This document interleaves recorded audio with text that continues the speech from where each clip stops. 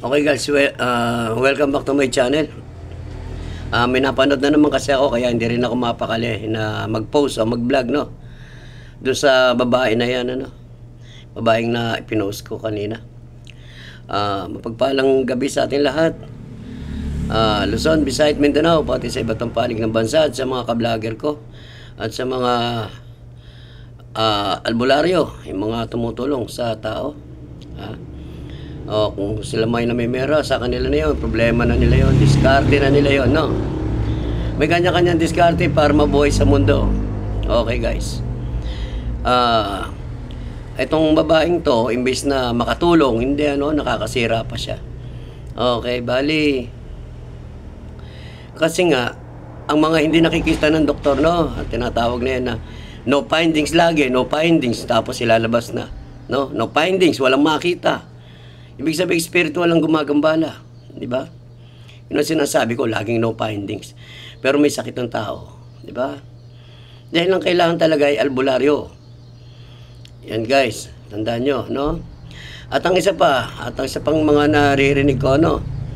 Ang mga albularyo daw ay kulto. No, dyan po ay papaliwanag natin, ano? Sa mga taong, ewan ko po ba, kung tanga o bobo, no? O hindi marunong makaintindi o hindi marunong umunawa, no? Yung iba bumabase sa Biblia, di ba? Okay guys, unahin muna natin sa Biblia. Guys, tatanungin ko kayo ito sa mga tatanungin ko yung mga magagaling din sa Biblia, yung mga magagaling, no? Tatanungin ko kayo, kumpleto po ba ang Bible? Sumagot kayo, ha? Kumpleto po ba ang Bible? May sumagot sa akin yan nung isang beses na noon matagal na, no? May sumagot sa akin yan. Ang Biblia ay hindi pwedeng bawasan at dagdagan, no? Tama. Nakasusulat din yon. Ngayon ito guys, tatanungin ko nga kayo, ang Biblia ba ay kumpleto?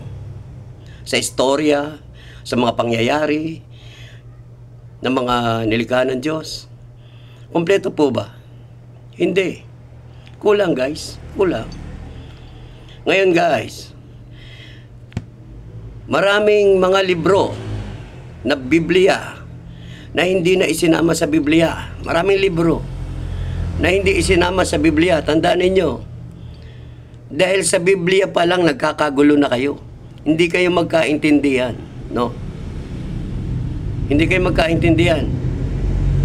Biblia pa lang yan. Ano pa kaya kung isasama yung 100 plus? 100 plus pa yung nakatago, nakalihim. Lihim po. Lihim na karunungan, no? Na sinaunang kasaysayan noon pa, AD, no? Na hindi na isinama sa Biblia. Ngayon tatanungin ko nga kayo, kompleto po ba ang Biblia? Para magmagaling kayo sa Biblia. Sana mapanood to ng mga taong no? Na magaling sa Biblia. Kaya tatanungin ko kayo, kompleto po ba ang Biblia? Di ba? Maraming istorya ang hindi na ipasok dyan. Maraming istorya. Mga tinanggal yun. Dahil hindi pinahintulutan yun. Dahil magkakagulo lalo ang tao pag isinaksak yung mga 100 plus na ilalagay sa Biblia. Kaya hindi na sinama. Kaya huwag kayong magmagaling sa Biblia. Tapusin natin yan sa Biblia. Ha? Kaya nga ito nga yung kaya hindi ako nakaya na iglesia. Hindi ako nakaya na born again o saksi ni Jehovah. May kaibigan ako mga saksi ni Jehovah. Kaibigan ko iglesia. Mga kamag-anak ko iglesia, no? Pero hindi nila ako nakuha. Pinalibutan pa ako ng kamag-anak ko. Hindi ako nakuha. Guys, tandaan ninyo, kung ano yung kilamulatan kung dahil yan ang unang reliyon ay ang Katoliko. Bago sumulpot ang iglesia, no? At dumami ang mga sekta o mga reliyon. Ito guys, wala akong kasi lahat basta tungkol sa Diyos ang pag-usapan, sang-ayon ako dyan. Ito guys, sa dami ng mga sakunang mga dumarating, no?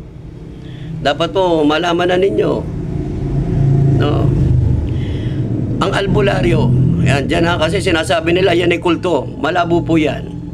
Hindi ang mga albularyo ay hindi po kulto. Tandaan ninyo yan. No? Hindi sa demonyo yan. Diyan kayo nagkakamali. Mas malalim ang pananalig naming mga albularyo kaysa mga taong nagbabasa ng Biblia. Tandaan nyo guys. Ha? Mas malalim kaming mga albularyo. Dahil nagbabasa ako ng Biblia. Halos natapos ko nga ang Biblia. Ginawa kong pocketbook. Halos mabaliw nga ako dyan. Dahil sabi nga, nako, wag mong ano yan, basahin baka mabaliw ka. No? Natapos ko ang lumang tipan. Umabot ako sa bagong tipan. Ginawa kong pocketbook. No? Tandaan niyo guys.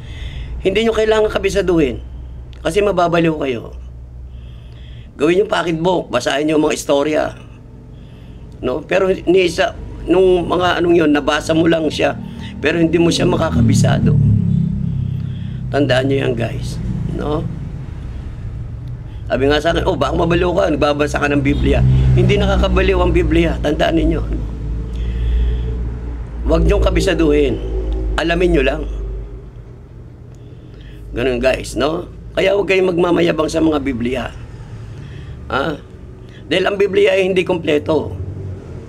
Yan nga lang hindi pa kompleto yan. Yung Biblia na yan, nagkakagulo na ang tao. Nagtatalo-talo.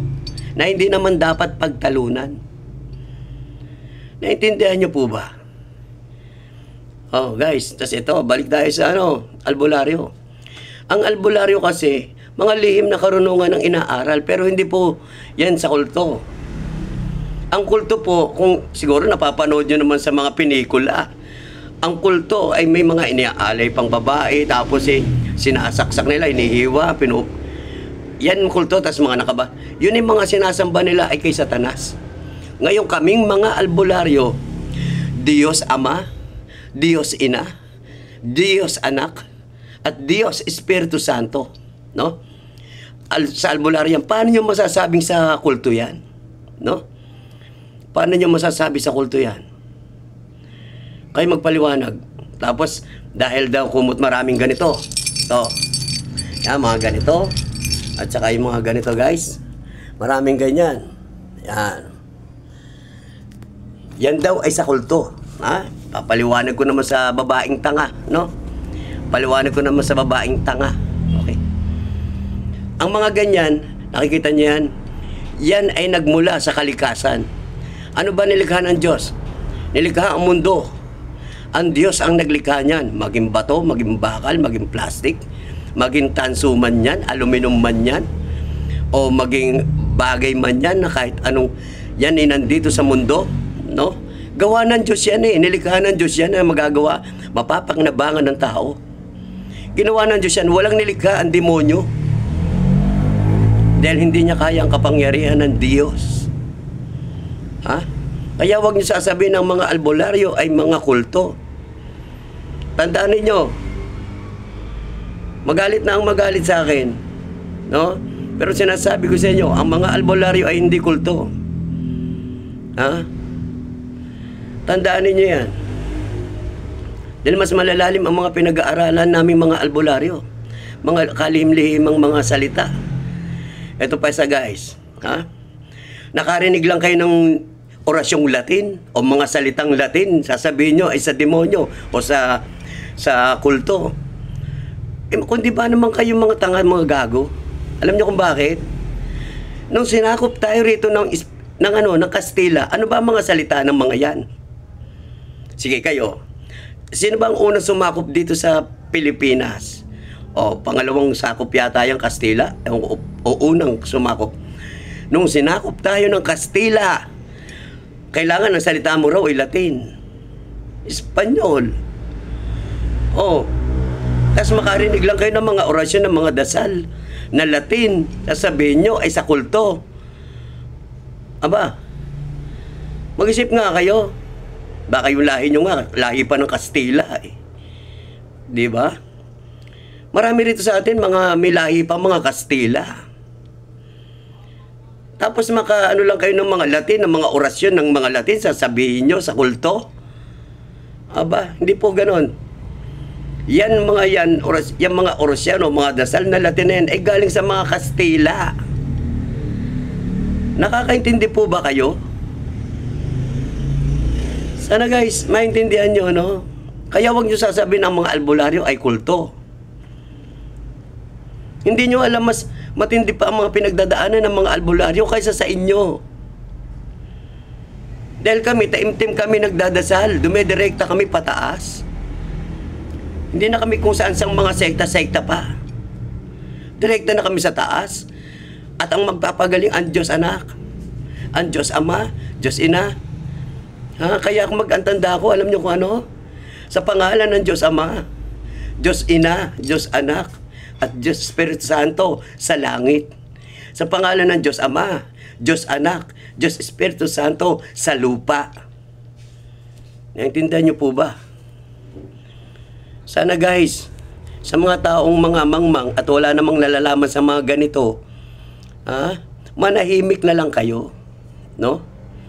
Manahimik na lang kayo kasi imbis na makatulong kayo sa tao, naninira pa kayo ng tao. Naninira pa kayo ng tao. Eh hindi kayang gamutin ng ospital eh. O saan pupunta? Sa albularyo kasi nakukulam, nababarang o ano mga engkanto pa yan. Eh tas mapapagaling ng albularyo. Sasabihin nyo, ay naku, kapangyarihan niya sa demonyo. Mali kayo guys. Hindi kami ang nagpapagaling. Ang Diyos Amang nasa langit o ang Panginoong Hesus ang nagpapagaling. Hindi kami, kasi kami kinasangkapan lang, no? Kinasangkapan lang kami. Kinasangkapan lang kami para tumulong sa taong nangangailangan. Wala na akong pakialam kung merong tao sa mga panggamutan, ano? Wala akong pakialam dyan. Bahala, diskarte nila yon. Okay guys, bali. Kung ano, huwag nyo nasiraan ng mga albularyo. Tumutulong na yung tao, siraan nyo pa. Yung iba, hindi nga nang papabayad eh. Maliban na lang sa inyo kung magdodonation kayo, bukal sa puso. Pwede yun. Kung gusto nyo tumulong kayo sa mga albularyo. Hindi naman kayo hinihingian. Hindi kayo hinihingian, pero meron kayong puso. May puso kayo para magbigay sa taong nangangailangan. Kasi tao din siya. Kumakain din niya mga yan. Kumakain kami. No? Kumakain kami. Natural yon. Hindi na siguro magagalit ang Panginoon Diyos doon. Guys, ang ginagawa niya, alam nyo, sa mga gantong gamit na lang siya nagbebenta para kahit paano meron siyang pangsaing o pambili ng bigas o may pambili ng ulam. Dahil hindi nyo naman kayo magbibigay, magpagamot kayo, hindi rin naman kayo magbibigay. Di po ba? O kaya kahit sa mga langis, bentahan kayo ng langis.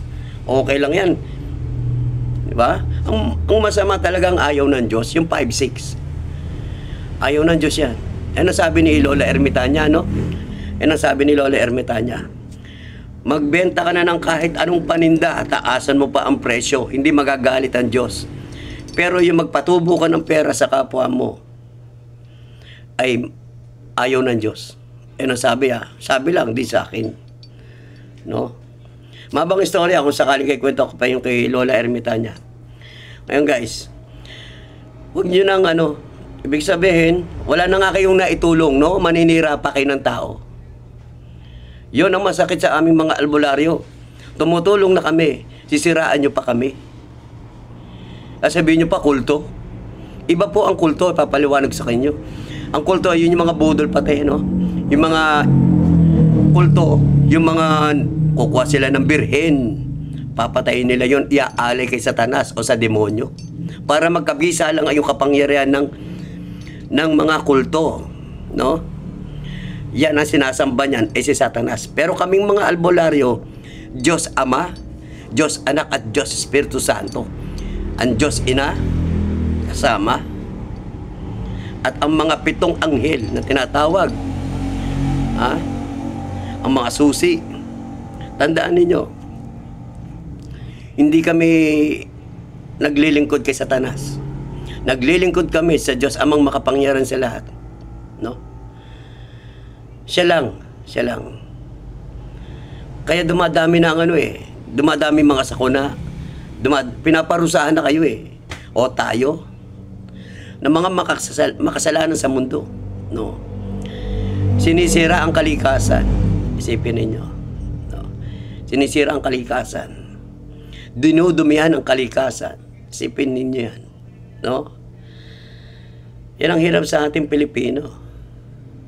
Makakita lang kayo ng mga pinagkakagaluhan na manggagamot, magaling. Sisiraan nyo pa. Wala na nga kayong naitulong. Ikaw, kaya mo bang magpagaling ng tao? O sige, ibase mo yung Biblia mo. O yung nalalaman mo sa Biblia, ibase mo yung Biblia mo. May naitulong ka ba? May naitulong ka sa taong may sakit? Wala. Wala kang puro kang ngal-ngal. Nga. Wala kang kwentang tao. Alam mo kung bakit? Sinisiraan mo pa, tumutulong na yung tao, bukal sa puso. Siraan mo pa. No? Sino ba na hindi magagalit at maiinis sa mga taong ganyan, no? Sana tandaan niyo yung mga sinabi ko. Ang karangyaan, kayamanan, mga pera, mga ginto, o mga alahas pa yan, hindi natin madadalihan oras pag itong mundo natin ay unti-unti nang nilulusaw. Ang mga pera niyong makakapal, hindi niyo pa rin madadala sa langit yan. Kayo, madala niyo? Itago niyo pa sa kahadiyero niyo yan. Madadala niyo ba ang kahadiyero ninyo? Isa lang ang buhay ng tao, maliban na lang kung ikay binigyan pa ng isa pang pagkakataong mabuhay. Guys, pananalig, pananampalataya sa Diyos Ama, Diyos Ina, Diyos Anak, at Diyos Espiritu Santo. Yung iba hindi sinasama si Mama Mary. Tama po. Pwedeng isama, pwedeng hindi. Diba? Kasi ang tinatawag ng Diyos Ama, Diyos Ina, yun ay Inang Santisima na nasa langit, yung tinatawag nilang pamilya sagrado. Tinatawag pamilya sagrado. Kaya kumpleto na sila sa langit. Tatanungin ko kayo, nasaan po ba ang Panginoong Hesus? Nasa langit. Wala po sa lupa. Papaliwanag ko sa inyo. Ang Panginoong Hesus ay nasa langit. Nasa langit. Kumpleto na sila doon. Pamilya sagrado. Yan. Pamilya sagrado na sila kung tawagin. Dahil yun ang nilalang ng Diyos, amang makapangyarihan sa lahat. Kaya pag nag-aantanda ako sa pangalan ng Diyos Ama, Diyos Ina, Diyos Anak, at Diyos Espiritu Santo, yun ay sa langit. Nung nandito sa lupa, paano pag-aantanda? Sa ngalan ng Diyos Ama, Diyos Anak, at Diyos Espiritu Santo, sa lupa. Hindi isinama yung ina. Naintindihan niyo po ba ako? Nandito si Panginoong Hesus nung nasa lupa pa lang. Nung nasa lupa.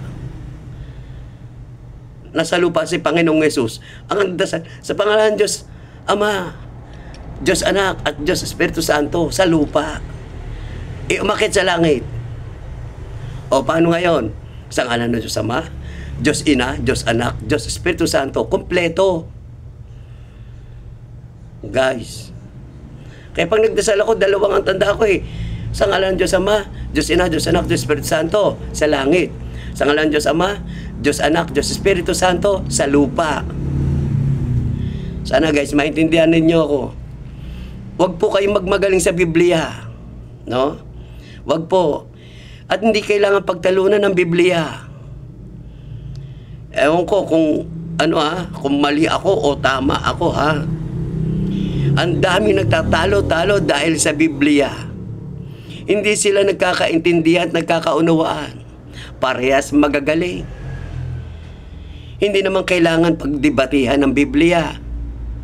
Kaya may Biblia, aralin, basahin.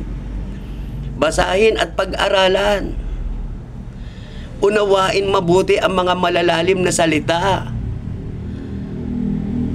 Yun po, kaya po tayo may Biblia, yan po ay gabay sa atin, no? Yan po ay gabay sa atin. Hindi na kailangan pagtalunan, pagdebatihan. Di po ba? Ulitin ko ulit. Basta tandaan ninyo, ang mga albularyo ay sa Diyos. Hindi kami kulto. Hindi kami kulto, kami tumutulong. Ang kinakalaban ng mga albularyo ay ang mga masasama. Katulad ng mangkukulam, mambabarang, Engkanto, elemento na masasama. Kasi may mga engkantong mababait. May mga duwending mababait. Hindi po basta ka manggigilit o papatay ng engkanto. Dahil meron pong masasama at meron din po silang mababait. Tandaan nyo guys. No? At meron ding tinatawag na maligno ang tawag doon. No? Iba naman yun. Yung mga nagpakamatay, yung tiyanak, mga ganyan. Yan ang gumaganap ng maligno. Yun ay kay Satanas ng hawak yun. No? Tandaan, inuulit ko talaga, ang albularyo ay hindi kulto. Kulto pa kayo dyan. Ha? Isipin nyo tayo sinakop ng Kastila noon, kaya merong Latin. Oh, baka yung kanununuan nyo ay na sakupan ng Kastila, baka yung lahi ninyo ay may lahi kayong Kastila. Oh, natural. Merong Latin na binabasa yung mga yan noon. Noon ang Latin ang mga binabasa noon. Oh, naintindihan niyo na. Nako. Hindi ko malaman kasi dito sa babae ito kung boboba ito o tanga No, hindi marunong. Pagyayabang niya Biblia, tanungin kita, kumpleto ba ang Biblia? Sabi mo hindi. O baka magtanong pa ako sa iyo, hindi mo masagot. Yeah. Baka magtanong kasi. O tatanungin ko kayo, o ano pangalan ng asawa ni Cain? Baka hindi mo masagot yan. Kayabangan ninyo sa Biblia. Hindi nga ako na ng mga iglesia tsaka ng mga... Hindi ako binalikan ng iglesia. Babalik pa ba kayo? O babalik daw. Hindi na ako binalikan. Yung saksi ni Oba, naging kaibigan ko hanggang kakapal nung mga binibigay na gabay sa akin. Ganun kakapal yung binibigay ng maninipis. Nakaipon ako ganyang kakapal. Saksi ni Oba yun. Naging kaibigan ko siya ilang taon. Basta pag-uusapan tungkol sa Diyos, okay sa akin yan. Okay yan. Kasi tungkol sa Diyos yan, balita yun, ibinabalita sa akin. O ganun. Okay yan, tanggapin natin. Huwag niyo po yan ipagtatabo yan. Kasi yun salita ng Diyos, yung inihahayag nila. Ganun din ang born again. Salita din ng Diyos, ang inihahayag nila. Tinatanggap ko yan. Ang iglesia, ganun din. Basta pinag-uusapan tungkol sa Diyos, inihahayag nila sa akin, tanggap ko iglesia. No? Tanggap ko kayo. Kahit anong relihiyon ka pa. Muslim nga, meron mga kaibigan ako Muslim No, tanggap basta tungkol diyan si Allah. Basta tungkol sa Diyos ang pag-uusapan, wala po tayong problema diyan. Guys, wala tayong problema diyan. Basta tungkol sa Diyos. Maganda 'yun. Pero wag niyo po ipagtatabuyan sila o papakitaan ng pangit na asal o ugali. Wag po, kasi yun ang inihahayag nila tungkol sa Diyos. Sana naintindihan niyo ako. At sana maraming malinawan tungkol sa albularyo. Kung ano mga pinagdadaanan ng albularyo. Wag lang po yung kasi hindi lahat ng albularyo ay tumutulong. Iba kasi namimera na lang, Pasensya na po sa tinatamaan, Kami, tama na lang sa amin yung kung magkano lang maibigay, Yung donation, pangangailangan namin, pangkain, pambiling kandila o langis. Kailangan din po namin meron kaming pambili. Sana maintindihan nyo guys. Maraming salamat. Shoutout sa kabro ko kay bro Tabs. Kay bro Jomar. Kay Tata Magno, kung nasaan man siya. Gabayan pa rin siya ng Panginoon Diyos. Mabait po si Tata Magno. Yan ang nagturo sa akin din, Tata Magno ng aral. Nasa ibang bansa pa nagturo sa akin yan, ng mga panggamutan ko. Nasa Australia pa. Okay guys. Maraming salamat sa mga sumusuporta pa rin po at hindi nagsasawa sa akin, Ako nga parang gusto ko na sumuko kasi wala naman nag-aasikaso nga ng YouTube ko. Okay, at dito naman sa Facebook, ganun din. Di rin ako kumikita. Sinasabi nila, ito pa nakakainis. Itong kay Tito Soto, Kailangan pang kaltasan ng 50% sa mga vlogger. Para saan? Para makurakot ng gobyerno. Intek na yan. May mahiya naman kayo. Ang hingian nyo. Dapat kayong mga nandiyan sa gobyerno hingian ng tax. Kayo magbigay ng tax. Ano ba yan? Eh, akala nyo ang lalaki ng kinikita nito? Oo, nagiging malaki ang kita ng mga creator, ng mga ano. Pag yan eh, kumbaga, nag-boom, sumikat. Yan malaki kikitain yan. Pero yung mga malilit na vlogger, kawawa naman, no? Yung mga content creator natin na gumagawa na kumita lang, kung ano mga pinagagawa, kumita lang, no? Kay nakakaya, kay marumi, kay ano pa. Basta kumita lang kung anong mga ginagawa nila, no? Kahit pagpapaligo sa banyo, ginagawa eh, no? Basta lang, tapos babawasan mo ng 50%. Wag naman, no? Ako nga, wala akong kinikita eh. Hindi naman ako namo-monetize. Pero alam ko monetize na, kaso nga lang walang nag-aasikaso ng ko. Gusto ko lang mag-vlog, mag-video, yan. Para ko rin yung yung mga ginagawa ko. Ang dami ko nang natulungan na sa panggamutan. Yan. Kasi hindi ko tuloy masabi sa sarili ko na ako gumamot eh. Marami na akong natulungan.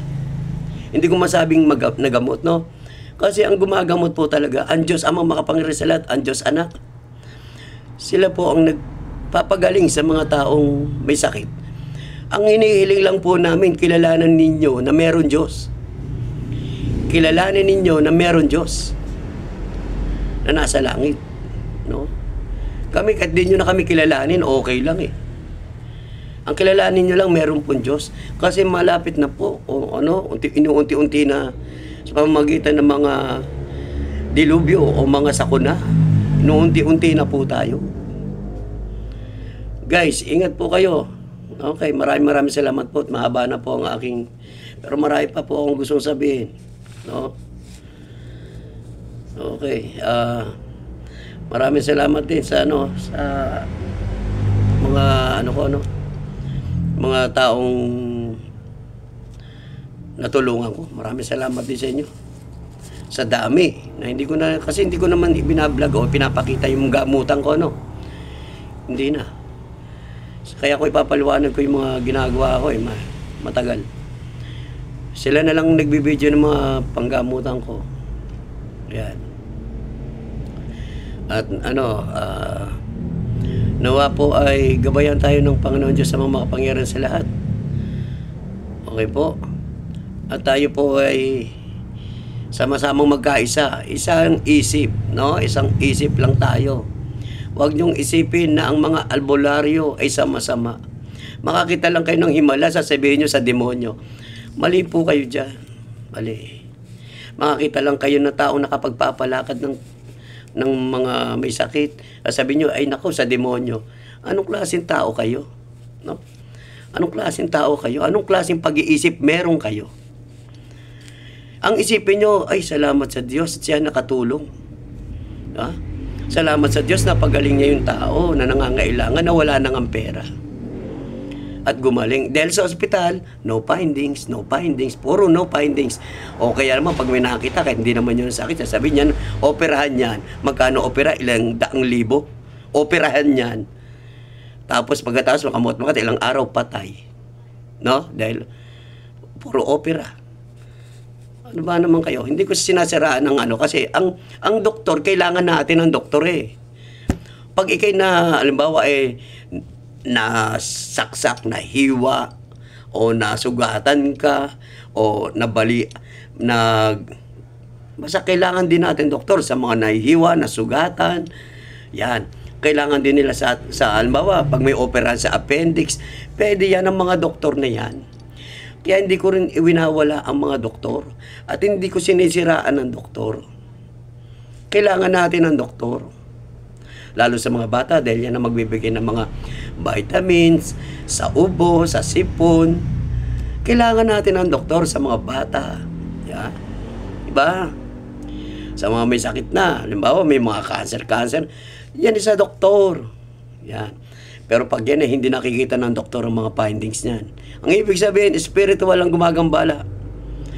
Kailangan yan ipagamot sa albularyo. Pagamot sa albularyo. Dahil hindi mo nakikita ng doktor yan eh. No. O ngayon, sasabihin ninyo, naku, kulto yung mga yan, kulto. Mga tanga. Diyos ko, tumanda kayo ng walang kaalaman sa mundo. No? Okay guys, hindi ko sinasabing ako'y matalino, bobo nga ako eh. Pero alam ko ang tama at mali. Guys, alam ko ang tama at mali. Ang higit sa lahat, no? Sa dumarating nating mga sari-saring sakuna eh. Baag, guho, di ba? Yang tsunami, ang mga dumarating, ipo-ipo, pagputok ng bulkan. Una-una sa lahat, patawarin niyo po ako, Panginoon. Patawarin niyo po yung mga kasalanan namin. Para pag biglang binawi yung buhay mo, hindi nakahingi ka ng tawad, nandito ka pala sa lupa. Hindi ka na, pag namatay ka na, hindi ka na makakahingi ng tawad. Diba? Huli na. Tsaka ka ngayon lilitisin sa taas, hindi ka nakahingi ng tawad. Ang kapatawaran, ang isang susi. Humingi kayo ng kapatawaran sa Diyos. Yan. Maliit man o malaki. O Panginoon Diyos, patawarin niyo po ang aming kasalanan. Sa maliit o malaki ko pong kasalanan. No? Sa isip, sa mata, salita at sa gawa at sa aking pagkukulang at sa mga kasalanang hindi ko pa po napagsisisihan sa gabi man po at sa araw man. Para antimano, bago kayo mawala sa mundo, nakahingi kayo ng tawad. No?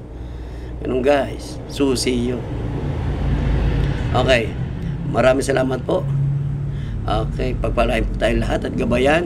God bless po sa ating lahat. Ingat-ingat po kayo.